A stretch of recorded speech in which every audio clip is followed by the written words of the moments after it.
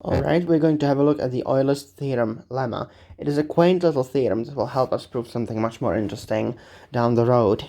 So, the claim: let the greatest common divisor of some integers am be equal to 1.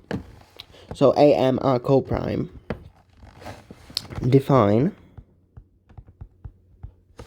capital Phi m as the set of all those numbers k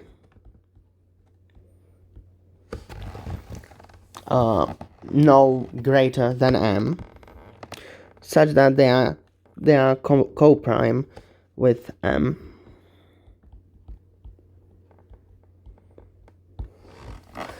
Moreover, define a function fa which maps the elements of the set phi m onto the set phi m and is defined by the following expression: fa maps the element x onto a times x modulo m.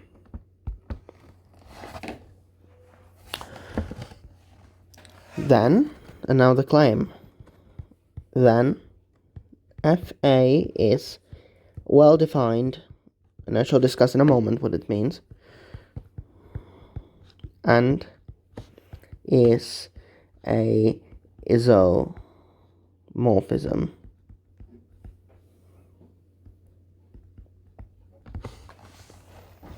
Now, what do we mean by well defined? It's quite simple, really. We want to show that indeed this set phi m is mapped by this expression into the set phi m. That will be the first part of the proof. The second one will be to show that it is bijective, that it's an isomorphism.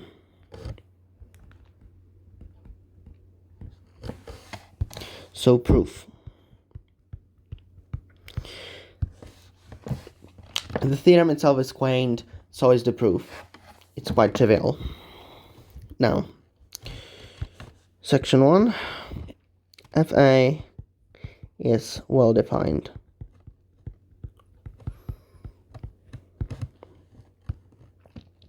So what we really want to show is that the greatest common divisor of ax modulo m from here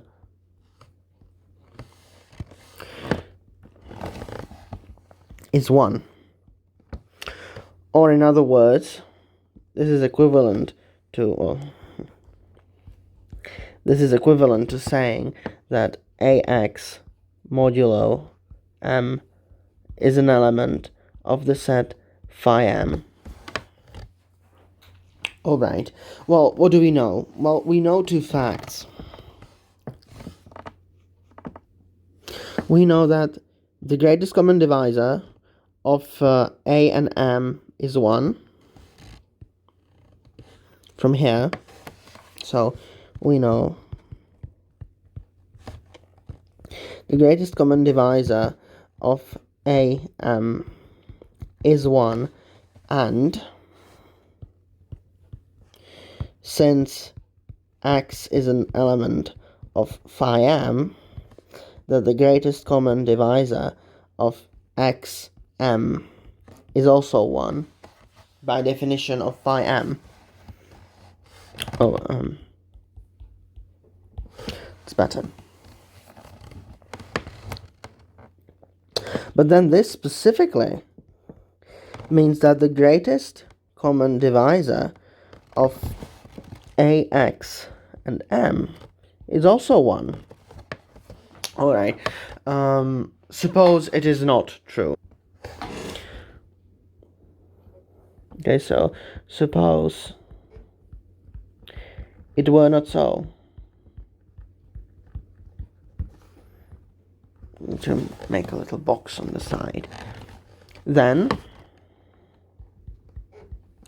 there exists some prime p such that p divides m and P divides AX. But if P divides AX, this means, by another lemma that we have already discussed, that was the fundamental theorem of arithmetic lemma, I believe, that P divides A or P divides X. But this is the same as saying that the greatest common divisor of P and A is non-zero. Pardon me. Of course, I meant to say that the greatest common divisor of A and M is at least P, which is not 1. Or that the greatest common divisor of X, M is greater or equal to P, which is not 1, because 1 is not a prime number, which would contradict our assumptions here and here. So it is safe to say then that the greatest common divisor of A, X, and M is indeed 1. But then, by the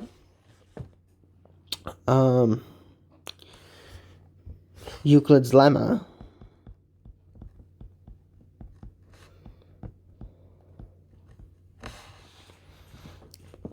the greatest common divisor of AX and M being 1 implies that the greatest common divisor of M and AX mod M is also 1. But, well, this is exactly what we wanted to prove, because this means that AX mod M is an element of capital Phi M. Now, we want to prove also, too, and this will be slightly easier, that Fa is an isomorphism.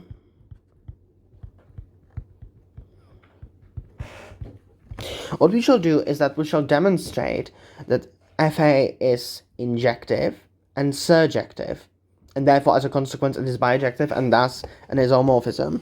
So section 2.1, Fa is injective. Well, alright, well, suppose that Fa of X is equal to Fa of Y, and we shall show that then necessarily X is equal to Y. Well, by definition, this means that AX is equal to AY modulo M. But by the cancellation theorem, this means then that X is congruent to Y modulo M. But since X, Y are members of capital Phi M, then needfully X and Y are both smaller, strictly smaller than M.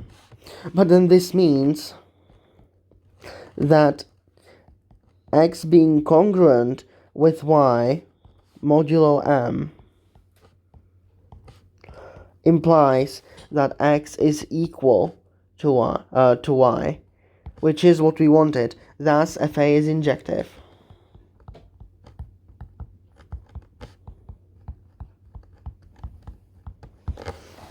And finally, 2.2, Fa is surjective.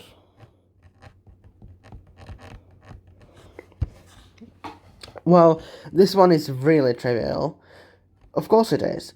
Well, because F is a map between two sets of the same finite cardinality.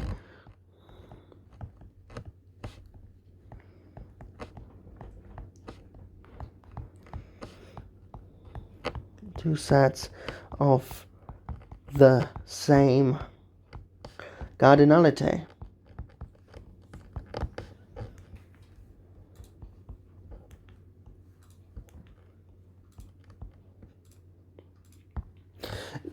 then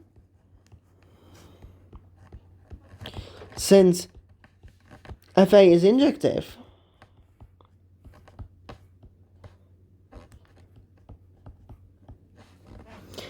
FA is surjective,